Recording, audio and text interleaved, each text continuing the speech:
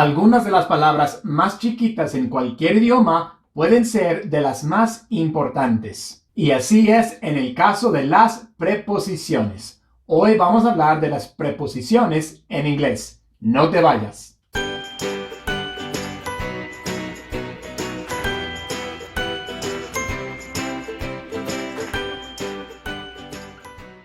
Hola y bienvenido a Inglés con el Güero, donde el profesor es más blanco que el arroz y el aprendizaje es veloz. Si te gusta la clase de hoy, por favor, dale un like y compártela. Y no te olvides de suscribirte y hacer clic en la campanita abajo para que no pierdas ninguna clase. Hoy estamos hablando del tema de las preposiciones. Las preposiciones, algunas son de las palabras más chiquitas en todo el idioma, pero de las más importantes también. ¿Pero qué son las preposiciones? Bueno, las preposiciones son palabras que indican la relación entre las diferentes partes de una oración o de una frase. Y esa relación puede ser una relación de tiempo, de lugar o de movimiento o dirección. Por ejemplo, hablando del tiempo, I arrived before you. I arrived before you. En esta oración, before es una preposición de tiempo, porque indica la relación de tiempo entre las dos partes de la oración, o sea, I y you. Yo llegué antes que tú. A ver, otro ejemplo. Kyle fell asleep during the service. Kyle fell asleep during the service. En esta oración, la preposición es during y es una preposición de tiempo también, porque quiere decir que Kyle se durmió durante el servicio.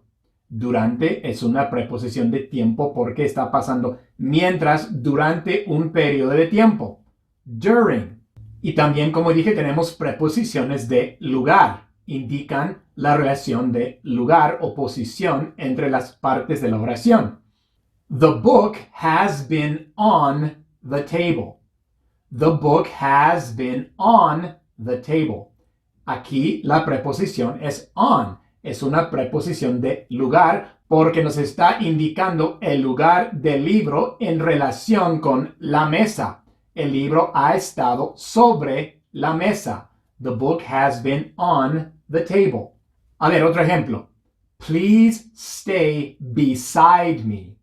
Please stay beside me. Beside es otra preposición de lugar, porque en esta relación indica el lugar de mí, o sea, yo, porque yo soy el que estoy diciendo please stay beside me, y la persona a la que le estoy pidiendo que se quede a mi lado. Por favor, quédate a mi lado. Please stay beside me. Y también tenemos, como dije, preposiciones que indican movimiento o dirección. The children ran down the hill. The children ran down the hill. Es una preposición de moción porque está indicando que los hijos van para abajo.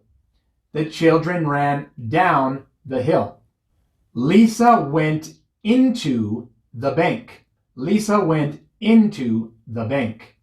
Aquí usamos into porque es una preposición de moción. Cuando alguien entra o mira dentro de un lugar, usamos into. Muchos se confunden entre in y into. In es una preposición de tiempo o de lugar y la preposición correspondiente de movimiento es into. Así que no decimos Lisa went in the bank, sino Lisa went into the bank. Y también hay otras preposiciones que realmente no encajan en ninguna de las tres categorías de tiempo, lugar o movimiento. Por ejemplo, tenemos for, from, about, except. Hay algunas así. Por ejemplo, this present is for Teresa. This present is for Teresa. Aquí la preposición es for. Pero realmente no indica ni tiempo, ni lugar, ni movimiento. Simplemente es para Teresa. Everyone was there except Alan. Everyone was there except Alan. Except es otra preposición que no encaja en ninguna de las tres categorías, pero la mayoría sí quedan en alguna de las tres categorías. Y hay muchísimos. Hay unos 150 preposiciones en inglés. Y son de las palabras más importantes porque realmente no puedes formar oraciones sin preposiciones, sin poder decir cuál es la relación entre las partes de la oración. Son como el pegamento que pega toda la oración para que quede junta como una frase que realmente tiene sentido. Y hay algo que también debería de mencionar. Cuando usamos un pronombre después de una preposición, tiene que ser el pronombre objetivo y no el pronombre subjetivo. Por ejemplo, is that for me? Me es el pronombre objetivo. No digo, is that for I? Porque ese es el pronombre subjetivo. Do you want to go with us? Do you want to go with us? Aquí with es la preposición y tenemos que usar us. Es el pronombre objetivo. No usamos we. Do you want to go with we? No tiene sentido porque ese es el pronombre subjetivo. Tiene que ser us, que es el nombre objetivo. Y para repasar los pronombres subjetivos y objetivos, puedes hacer clic aquí. Bueno, las preposiciones existen tanto en inglés como en español, pero no siempre las usamos de la misma manera. No pueden ser traducidas directamente en muchos casos, porque no usamos las mismas preposiciones para las mismas cosas. Por ejemplo, las famosas in, on y at. Las tres quieren decir en, pero se utilizan bajo diferentes circunstancias. Y para repasar la clase sobre in, on y at, también puedes hacer clic aquí. Vamos a ver unos ejemplos de cuando usamos una preposición diferente en inglés que en español. Harry le compró un carro a su hijo. ¿Cuál es la preposición? Pues es a. Le compró un carro a su hijo. ¿Y qué es a en inglés? Pues te dicen que a en inglés es to, pero no lo usamos siempre para las mismas cosas, porque en esta oración hay dos formas de decirla en inglés y en ninguna de las dos usamos to. Podríamos decir, Harry bought a car for his son. Para su hijo. O podríamos decir, Harry bought a car from his son. De su hijo. O sea, en el primer ejemplo, compró el carro para su hijo. Y en el segundo ejemplo, compró el carro de su hijo. O sea, el hijo le vendió el carro. Pero en ninguno de los dos ejemplos usamos to, mientras que en español sí usamos a.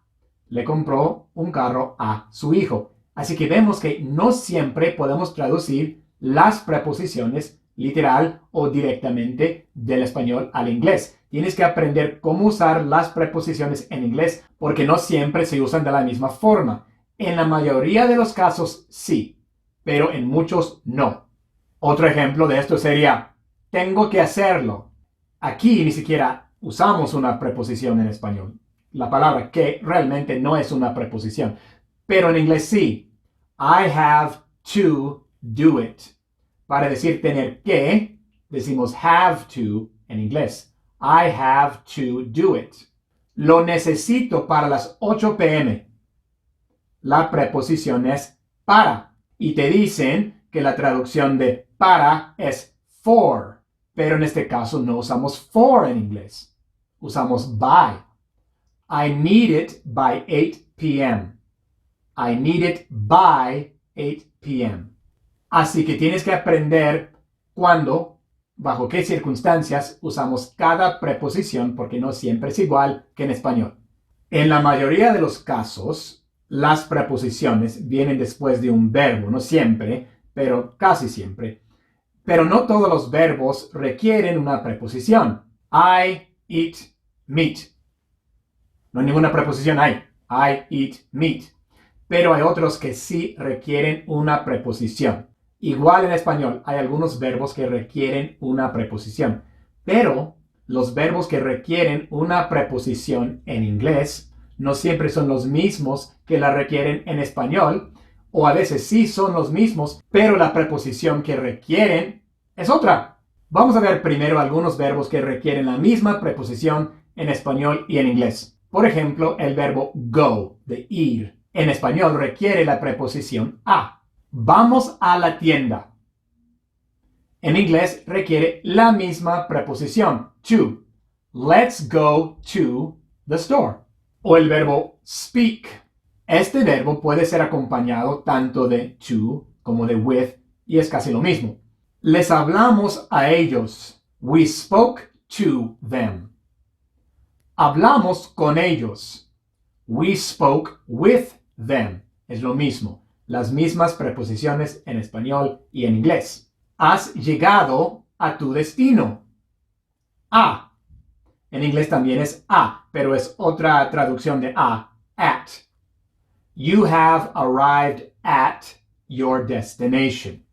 Ahora vamos a ver otros verbos que requieren una preposición, pero que no requieren la misma preposición que en español. Puedes contar con ella. La preposición es con. Puedes contar con ella. En inglés no usamos con. En inglés con es with, pero no decimos with. En inglés decimos on. You can count on her. You can count on her. Depende de la situación. La preposición es de. Pero en inglés, esta misma oración no se hace con de, o sea, of. Se hace con on también. It depends on the situation.